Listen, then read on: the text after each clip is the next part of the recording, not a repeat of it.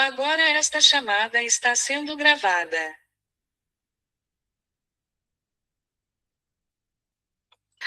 Olá, hoje nós vamos estudar as principais teorias de aprendizagem e do desenvolvimento humano.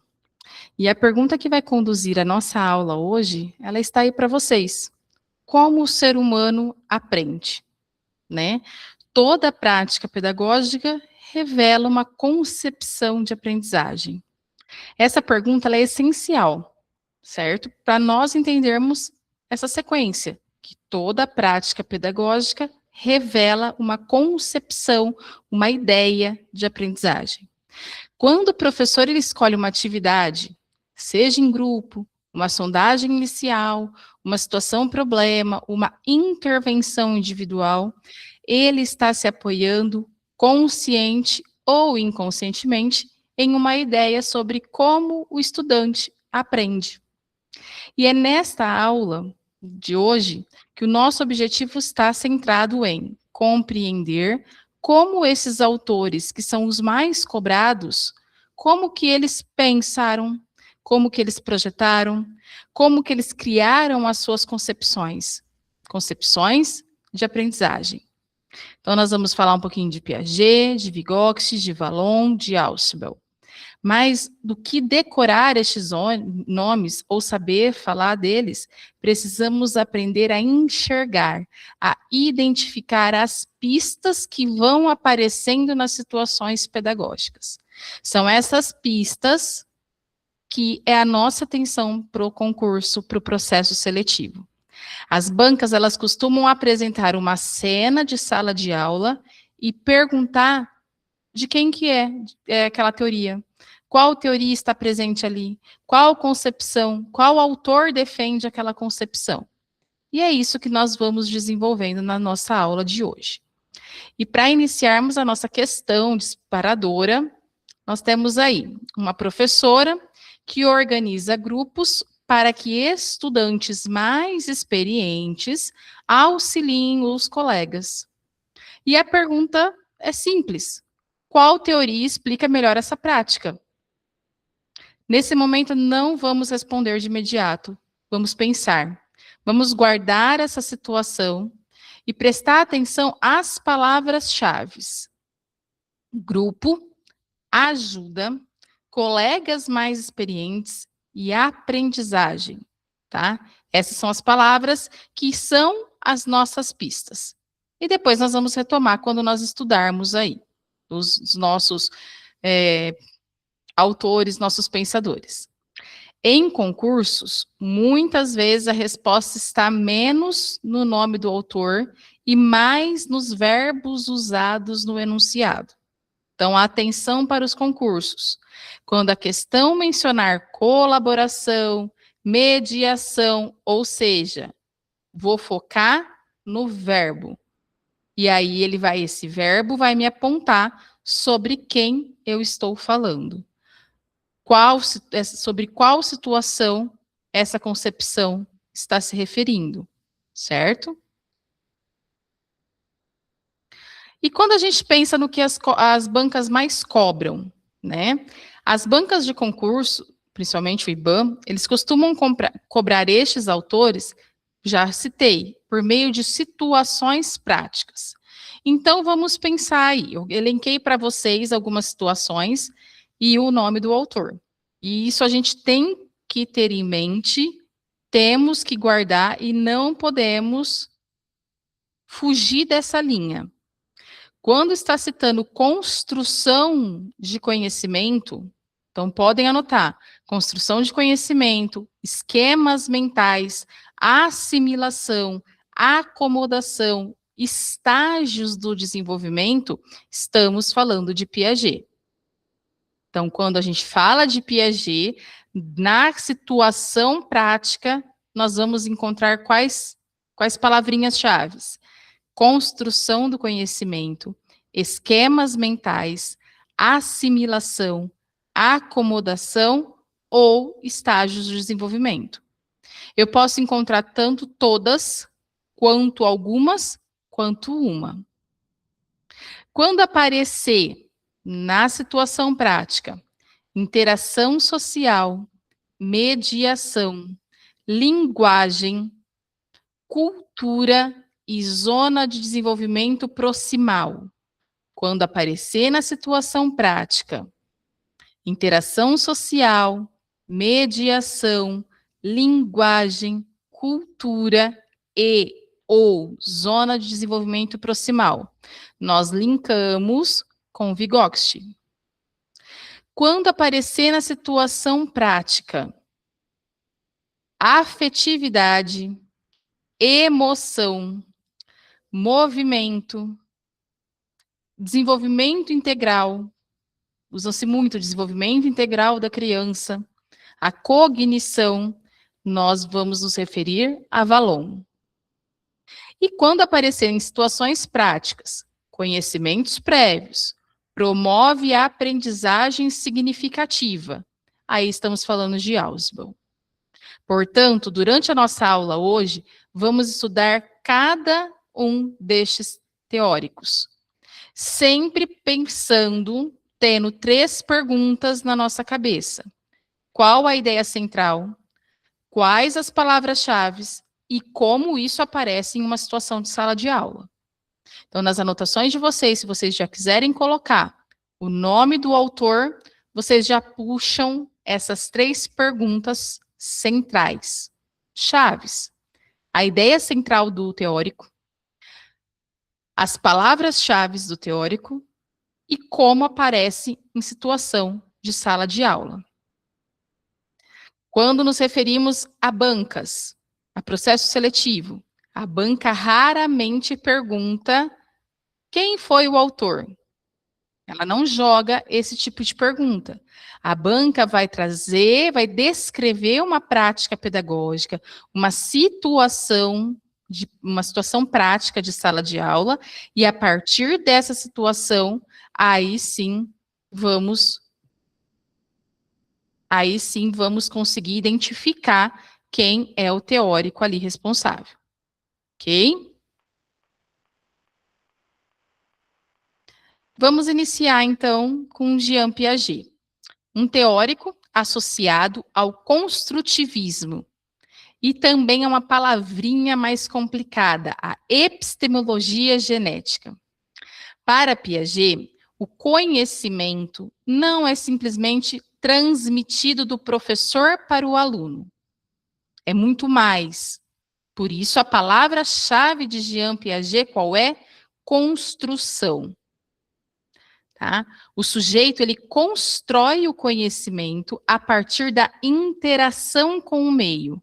A forma como ele está no meio que ele vive, a forma como ele interage com as pessoas, com os amigos, é isso que vai gerar o conhecimento, a construção deste conhecimento.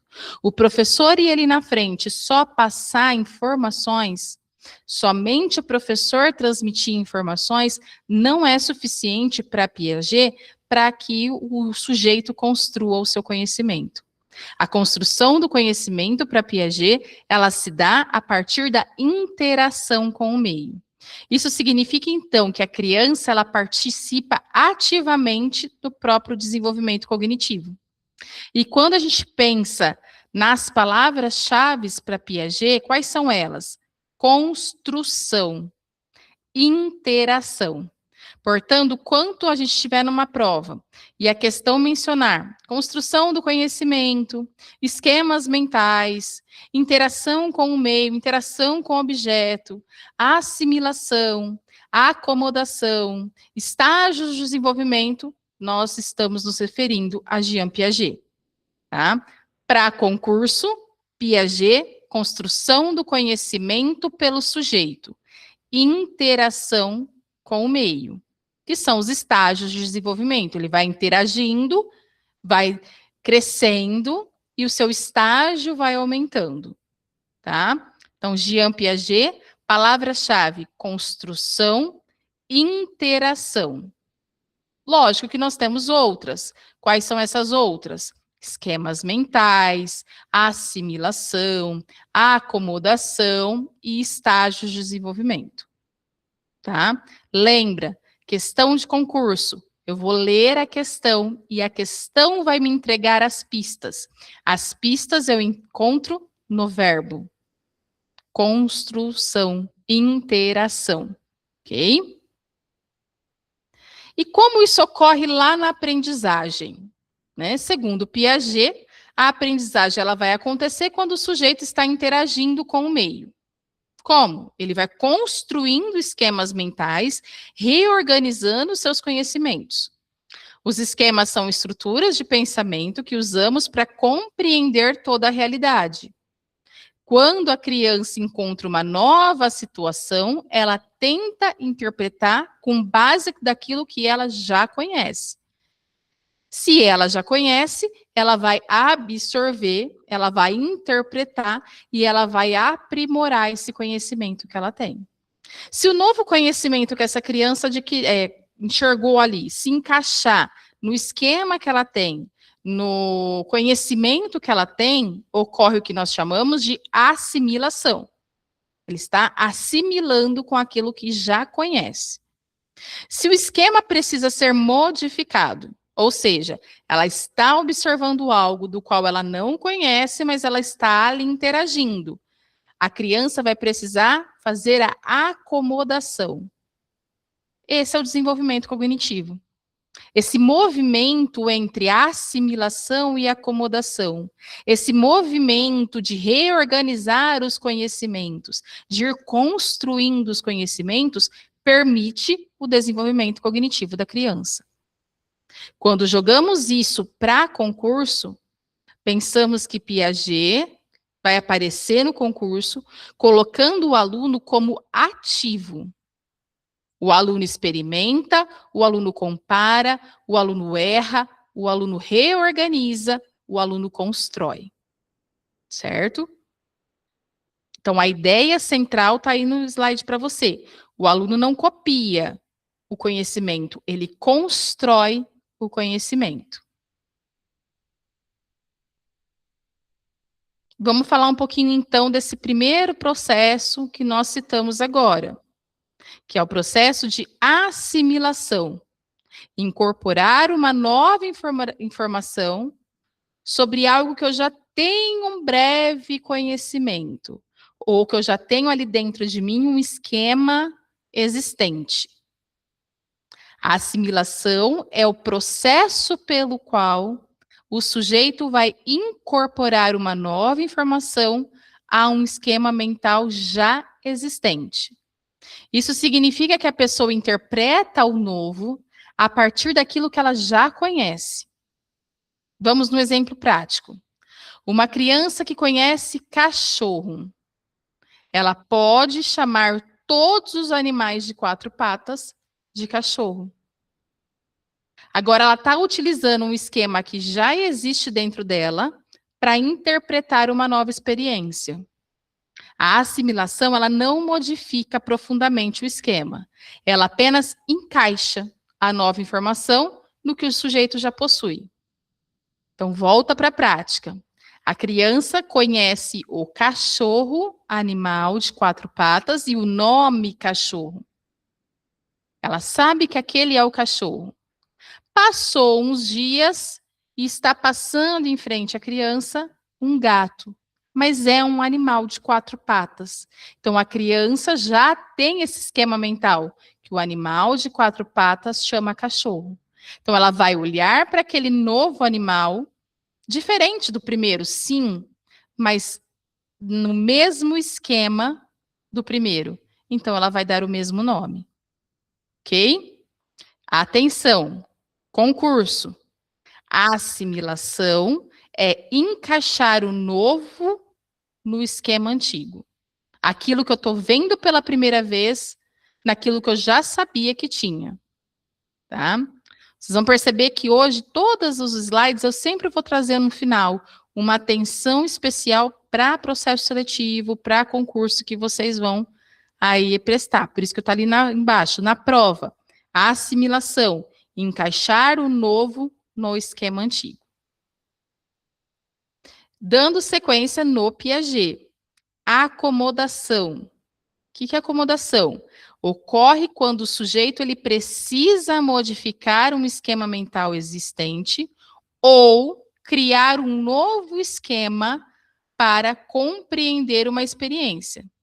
Então, ou ele vai modificar ou ele vai criar. Voltando para o exemplo da criança, quando a criança ela percebe, agora nós vamos para um animal de 4 patas grande. Quando ela percebe que a vaca não é um cachorro, ela precisa ajustar o seu pensamento e criar uma nova categoria para compreender aquele animal. Nesse caso, o esquema anterior não foi suficiente, ele foi insuficiente. A acomodação ela exige uma mudança cognitiva. Quando nós trazemos para termos pedagógicos, isso mostra que o conflito cognitivo ele pode favorecer novas aprendizagens, tá? Então, na acomodação, o sujeito vai modificar o esquema para compreender o novo. Então, ela tinha o esquema cachorro com o nome cachorro. Todos os animais de 4 patas são cachorros. Quando ela vê a vaca, chama de cachorro, mas ela é corrigida, e ela vai começar a entender um novo nome, que é a vaca. Aí, peraí, desconstruiu tudo que ela tinha na cabeça dela. Então, não são todos os animais de 4 patas que são cachorros. Existem os cachorros, existem as vacas. E assim vai acontecer quando ela descobrir o gato, assim vai acontecer quando ela descobrir o cachorro, por aí vai. Isso é acomodação. Assimilou, acomodou, precisamos buscar o equilíbrio, né? E o equilíbrio é um processo entre a assimilação e a acomodação. Quando o estudante ele encontra uma informação nova, pode haver um desequilíbrio naquilo, porque aquilo vai desafiar o que ele já sabia. Quando ele busca compreender a nova situação, ele está assimilando, acomodando e reorganizando o seu pensamento. Então, esse movimento, né?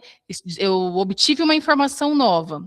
Eu vou assimilar essa informação com aquilo que eu já sabia, ou com algo próximo daquilo. Mas são coisas aquém do que eu tinha. Então, eu vou acomodar. Então, eu vou precisar reorganizar o meu pensamento. Então, todo esse movimento está produzindo um equilíbrio cognitivo. Quando a gente leva isso para Piaget, ele fala que o desenvolvimento ele acontece justamente aqui, nesse processo de desequilíbrio. Porque eu vou precisar reorganizar para equilibrar novamente. E é nesse processo que tem o conhecimento. Né? Porque o desenvolvimento, o conhecimento está sendo adquirido nesse momento, onde eu causei um desequilíbrio, um desajuste naquele conhecimento que tinha, e uma busca para alcançar o novo. E a busca, esse processo de alcançar o novo, essa equilibração, é que vai gerar o desenvolvimento, que vai gerar o conhecimento. Lá para concurso, aprender para Piaget, envolve enfrentar desafios cognitivos adequados ao estágio do estudante. Não adianta nada eu levar um texto, né, com uma letra linda, cursiva, para alunos que estão no maternal. Ah, mas você vai desequilibrar o aluno. Não, eu estou apresentando algo para ele que não condiz com o estágio que ele está.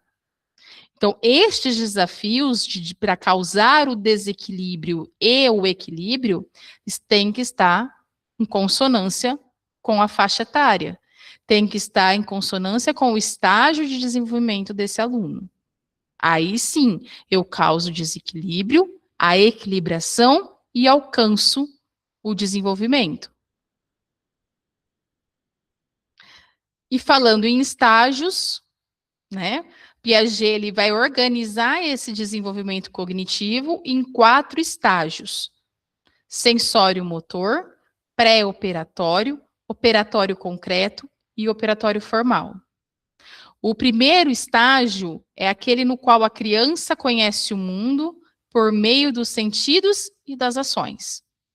O segundo estágio, ele é marcado pelo pensamento simbólico, pelo faz de conta, pelo tudo é meu, o egocentrismo. O terceiro estágio é a lógica aplicada a situações concretas, mais ainda, né, é todo o concreto que a criança vive. O quarto e último estágio, ele é caracterizado pelo pensamento abstrato, hipóteses, deduções. Quando levamos isso para as provas, as bancas elas costumam descrever uma situação e pedir para que vocês identifiquem qual estágio que aquela criança está. Então, eu preciso guardar para as provas os 4 estágios: sensório motor, pré-operatório, operatório concreto, operatório formal. E eu faço a ligação entre o estágio e o que deveria estar acontecendo ali, o que está acontecendo ali, tá? Vamos repetir? Sensório motor, a criança conhece o mundo pelo sentido, né? Ela tá pegando tudo, ela tá sentindo tudo, ela tá olhando, ela tá cheirando, ela tá tentando falar, ela está ouvindo muito as ações todas. O pré-operatório é o simbólico, faz de conta, tudo é meu, egocentrismo. Operatório concreto, operações lógicas, operações vinculadas a situações concretas. E o operatório formal é o pensamento abstrato, hipóteses, deduções. E aí eu trago para vocês. Uma criança organiza coleções. Ela classifica objetos e realiza operações concretas. Qual estágio está mais relacionado a essa descrição? Lembra das palavrinhas. O próprio estudo de caso traz que ela realiza operações concretas. Eu estou falando do concreto. Essa descrição ela está relacionada ao operatório concreto. Porque está usando lógica, está usando classificação, está usando organização e, mais ainda, o apoio do concreto, o apoio de objetos. Se a situação envolvesse o pensamento, a hipótese, aí nós estaríamos falando do operatório formal. Mas a própria questão nos dá a pista, a palavrinha concreto lá do final. Então, para concurso, classificação e lógica, utilizando objetos concretos, é operatório concreto, tá? Grava para concurso, sempre eu vou ter palavrinhas chaves. E agora nós passamos para o próximo. Um teórico que está dentro da teoria histórico-cultural, ou também conhecida como sócio-interacionista. A sua palavra-chave é esta mesmo, interação. A aprendizagem aqui para Vygotsky, ela acontece nas relações sociais e ela é mediada pela linguagem, pela cultura, pela presença sempre de outras pessoas ali. Diferente de uma visão centrada no indivíduo, Vygotsky entende que o desenvolvimento humano é profundamente social. Enquanto Piaget traz uma visão centrada no desenvolvimento do indivíduo, Levi-Vygotsky traz o desenvolvimento centrado no humano, socialmente falando. Então, quando nós falamos de desenvolvimento humano, profundamente social, nós estamos trazendo os professores, os colegas de sala de aula, o material que está sendo utilizado, os instrumentos culturais que ele traz fora da escola, a linguagem que ele tem em casa, fora e dentro do universo escolar, tudo para construir seu pensamento. Então, para as provas, para os concursos, Vygotsky, interação social, mediação e cultura. Palavrinhas-chave: interação social, mediação e cultura. E a aprendizagem, como fica a aprendizagem para ele, né? E aqui a gente vai pensar numa diferença fundamental. De um lado, eu tenho a relação entre o desenvolvimento cognitivo e do outro, o desenvolvimento impulsionador, né? Então, quando a gente pensa entre aprendizagem e desenvolvimento, nós precisamos estabelecer uma diferença importante entre Piaget e Vygotsky para não confundir vocês na hora das provas, tá? Então, trouxe aí para vocês. Piaget, o desenvolvimento tende a orientar a aprendizagem. Vygotsky, a aprendizagem pode impulsionar o desenvolvimento. Então, em Piaget, o desenvolvimento cognitivo orienta as possibilidades de aprendizagem. Já para Vygotsky, a aprendizagem impulsiona o desenvolvimento. Isso significa que o professor não deve apenas esperar o estudante amadurecer. Ele cria mediações para que o estudante avance. A aprendizagem bem orientada pelo professor, ela pode provocar o desenvolvimento. Especialmente quando isso acontecer na famosa zona de desenvolvimento proximal, que é aquilo que ele já tem com aquilo que ele está recebendo. Então, para as provas de vocês, lembrem-se que Vygotsky valoriza a intervenção pedagógica orientada. Então, o professor interviu, deu orientação, nós estamos falando de Vygotsky, certo? É a valorização da intervenção pedagógica orientada. Porque a aprendizagem, quando bem orientada, está provocando o desenvolvimento, e especialmente quando isso está acontecendo na zona de desenvolvimento proximal.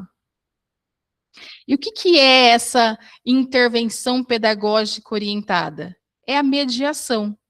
A aprendizagem ela é mediada por pessoas, por linguagem, por cultura.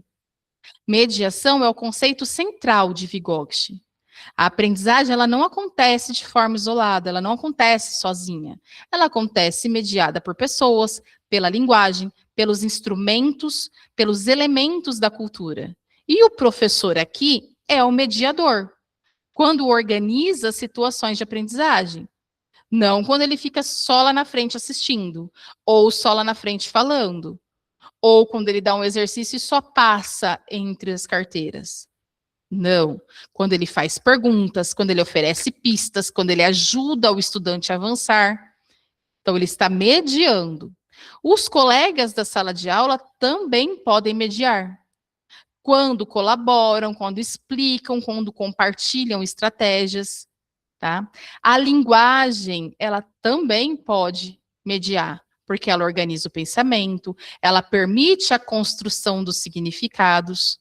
Então, para as provas de vocês, quando falamos em mediação, não é dar resposta pronta, é criar condições para o aluno avançar.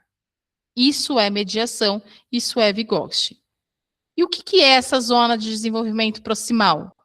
Né?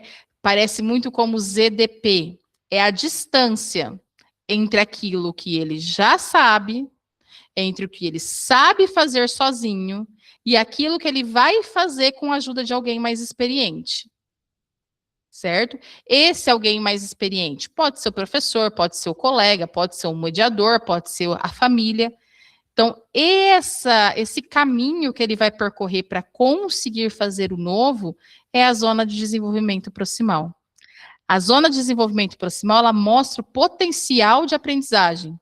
Ela indica que o estudante ainda não domina determinada tarefa, de forma independente, ele não consegue fazer sozinho, mas ele consegue fazer com apoio do par mais experiente. Por isso, aqui é uma ideia muito importante, planejar intervenções pedagógicas. Quando eu planejo as minhas intervenções e eu medio como isso vai acontecer, como eu faço a mediação correta, até mesmo colocando um aluno A com um aluno B, pode ser, Eu estou preparando esse meu aluno para avançar.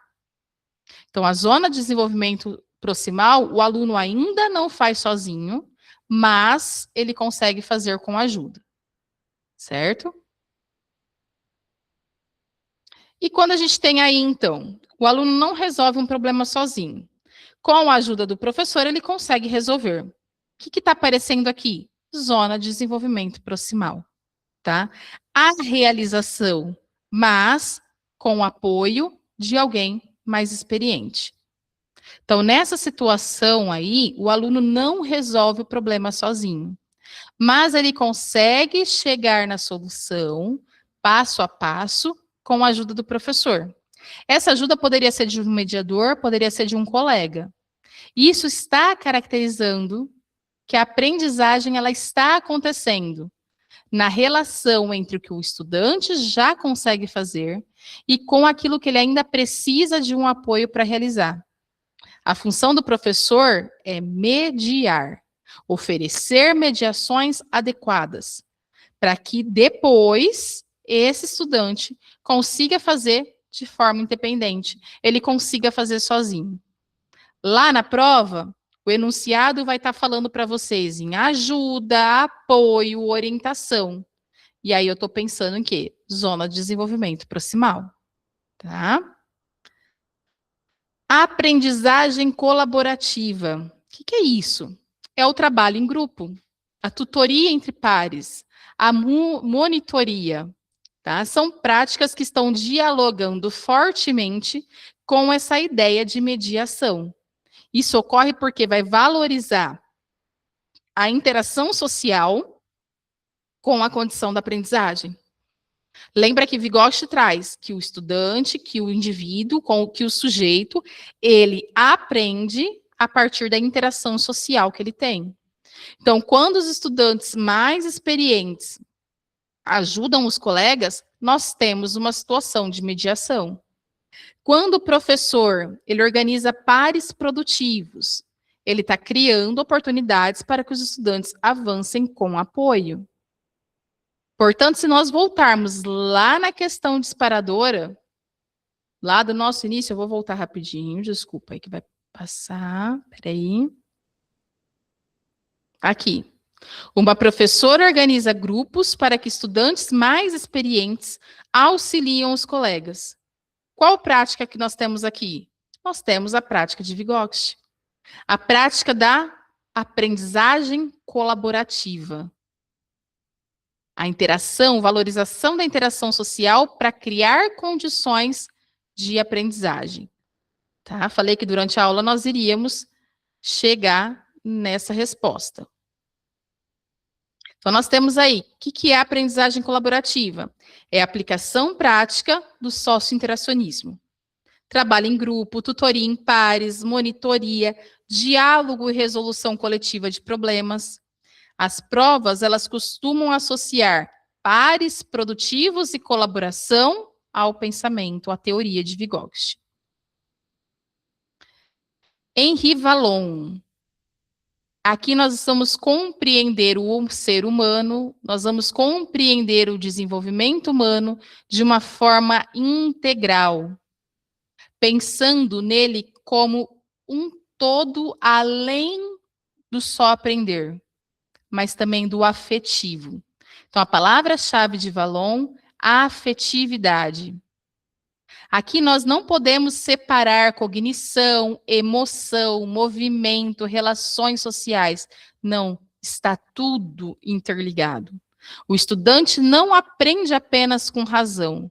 Ele aprende também por relações afetivas, por experiências, por interações com o meio. Então, por isso, o Vallon ele é muito importante, principalmente quando nós tentamos compreender a criança, entender a criança como um sujeito completo. Né? Então, quando nós falamos de afetividade, de movimento, de cognição integrado, nós estamos falando de Vallon. Vallon nos traz que aprender é muito mais do que apenas ensinar, é criar vínculos. Por isso, a afetividade como palavra-chave aí. E ele tem os 3 pilares, que são as 3 dimensões, que elas aparecem de forma integrada, que é a afetividade, o movimento e a cognição. A afetividade está envolvendo emoções, vínculos, modos de se relacionar com o outro. O movimento está envolvendo o corpo, a expressão, a ação do mundo. A cognição envolve pensamento, compreensão, aprendizagem. Essas dimensões, para Vallon, não funcionam separadamente. Uma dificuldade efetiva aqui pode interferir na aprendizagem. Se a criança tem muita dificuldade de se relacionar com o outro, ou de se relacionar com o professor, cria aqui uma dificuldade ali, né?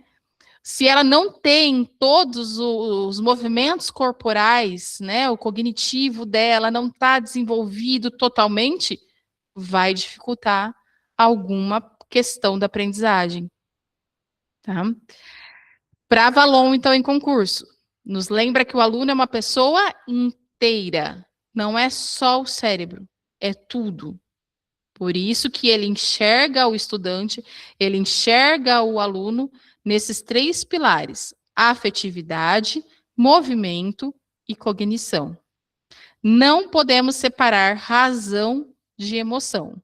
Para Vallon, razão e emoção se somam para a aprendizagem. Falando em emoção para a aprendizagem. Para Vallon, a emoção tem um papel importantíssimo no desenvolvimento. Conflitos emocionais, insegurança, vínculos frágeis, relações escolares difíceis, tudo isso interfere na atenção, na participação e no rendimento. E quem já tem sala de aula, quem já assumiu sala de aula, quem já ficou em sala de aula, sabe que isso é real. Da mesma forma que vínculos positivos, acolhimento, segurança, isso vai favorecer o envolvimento do estudante. Isso não significa que o professor deva deixar de ensinar o conteúdo, não é isso. O conteúdo é importantíssimo. Mas ele precisa compreender que a aprendizagem, ela acontece em um sujeito integral.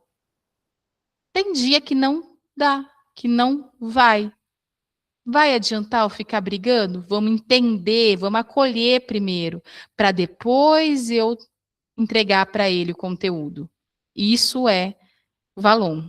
A aprendizagem, ela vai acontecer através de uma construção ali da emoção.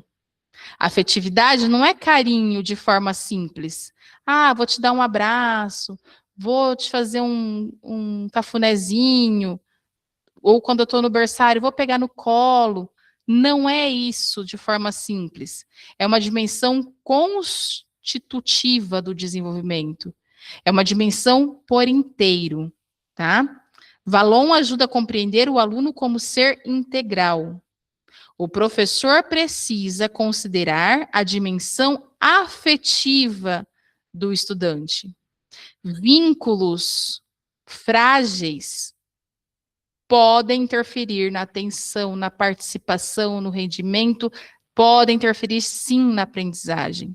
Vínculos positivos gera acolhimento, gera segurança, gera envolvimento do aluno. Isso favorece a aprendizagem. Então, nós temos uma situação aí, após conflitos interpessoais, um estudante começa a apresentar queda no rendimento. Palavra-chave, né? Conflito. Apresentou um conflito, apresentou queda no rendimento. Nós estamos falando de Vallon. Conflito emocional impactando a aprendizagem, palavra-chave, Vallon, né? Vallon por quê? Porque mostra que as relações afetivas e emocionais interferem na aprendizagem, sim. Não estamos falando da falta de capacidade cognitiva, mas nós estamos falando de uma condição relacional e afetiva que impacta o processo de aprender. Lá nas provinhas dos seletivos, quando aparecer palavra emoção, afetividade, vínculo, movimento, desenvolvimento integral, Valon, né? Se a situação menciona essas palavras, pense em Valon. Então, qual que é a justificativa desse caso ser Valon?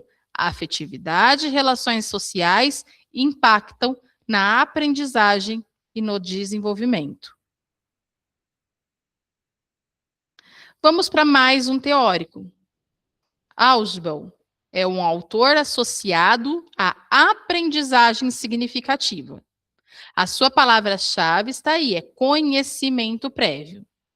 Para esse teórico, o novo conteúdo a ser aprendido com mais sentido quando ele for relacionado com aquilo que o estudante já sabe.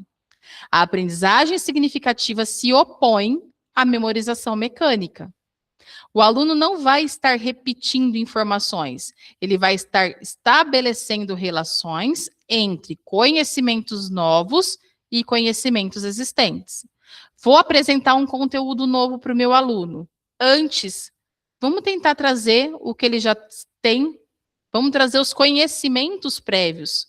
Trazendo conhecimento prévio para dentro da sala de aula, eu vou alimentando com novos conhecimentos. E isso vai trazer uma motivação do aluno, vai trazer o interesse desse aluno, gerar a aprendizagem significativa.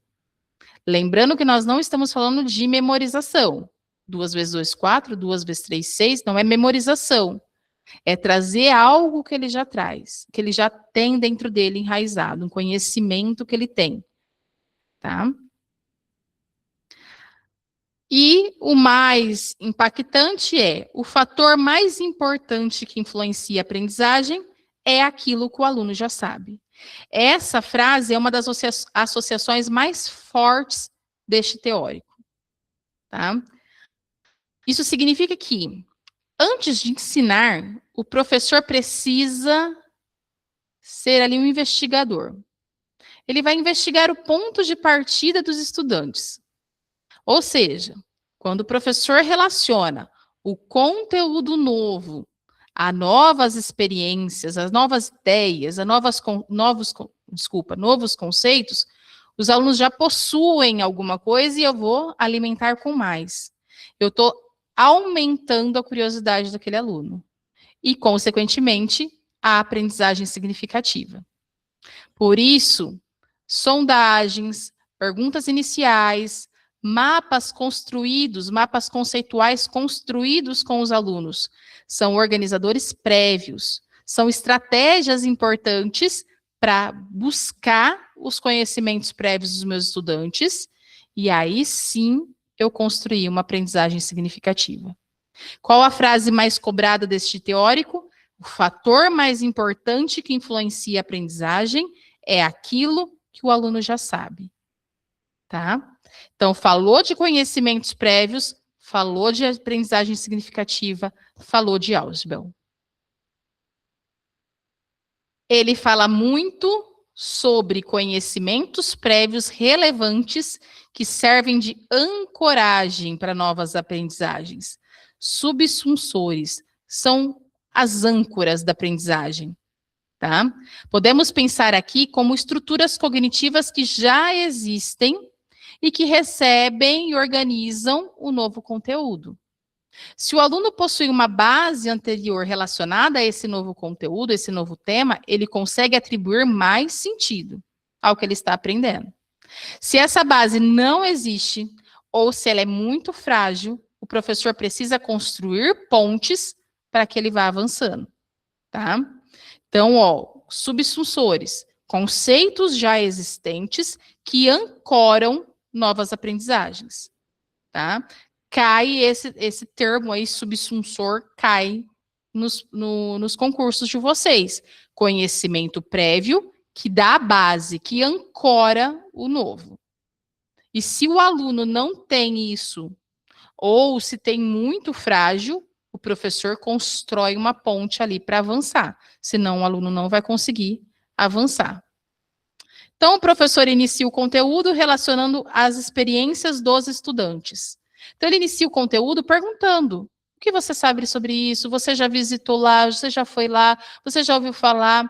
Ah, porque nós estamos trabalhando isso em história. Você já viu isso em matemática?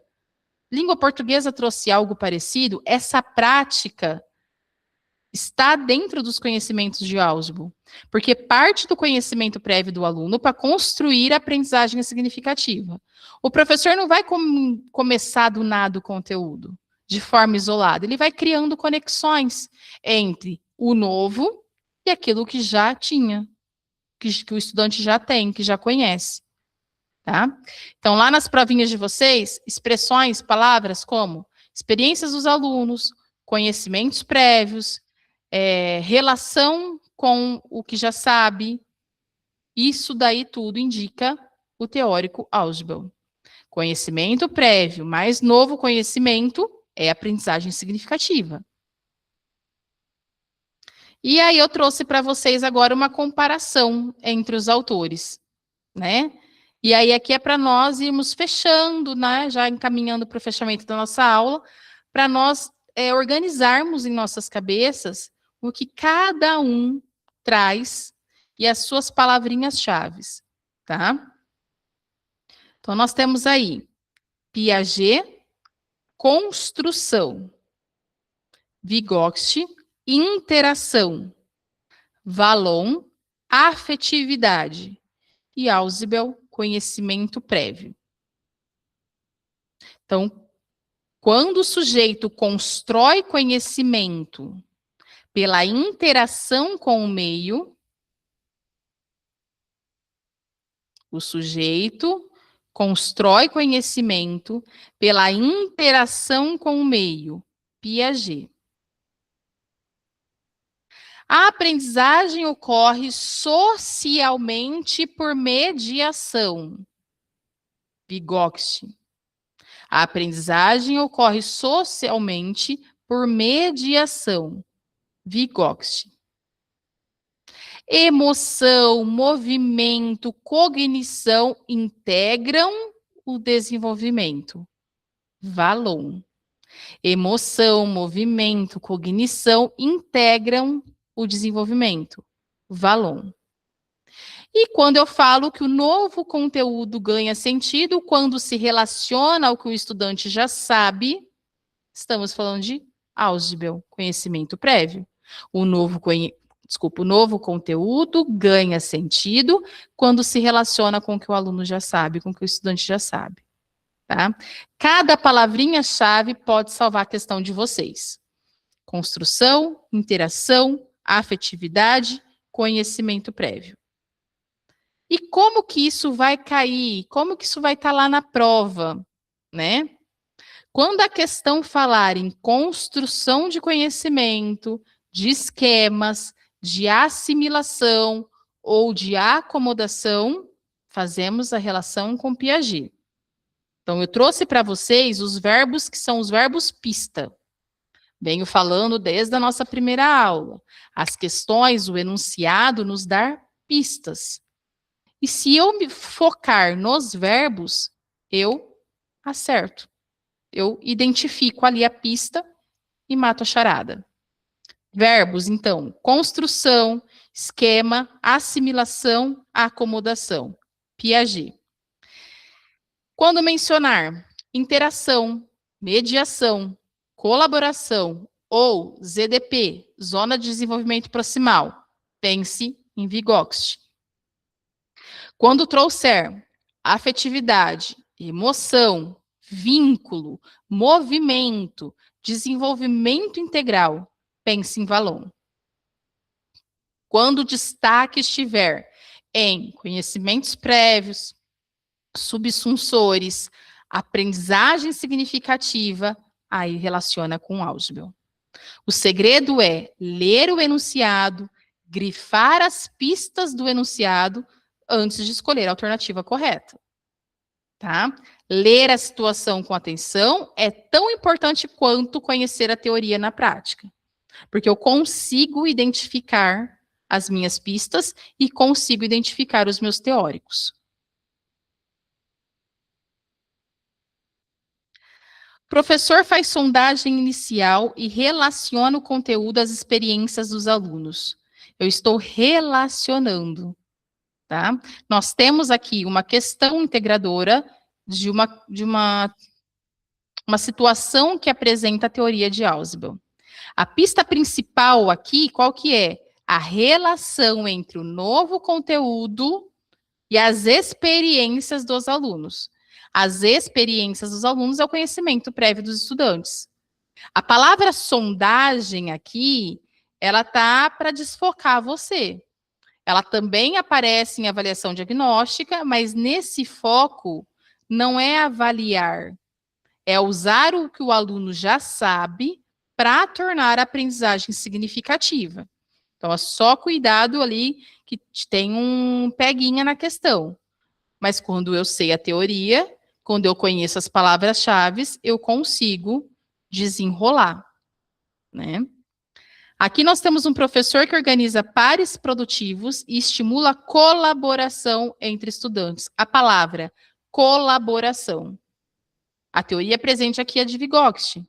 A pista aqui está onde? Na interação social, né? Os pares produtivos e a mediação entre esses pares. Quando os estudantes eles aprendem com colegas mais experientes, temos uma situação de apoio que pode favorecer o quê? A zona de desenvolvimento proximal. Esse tipo de questão ele é muito comum em provas que exigem reconhecer tanto teoria quanto prática, ou mais, reconhecer a teoria dentro da prática, tá?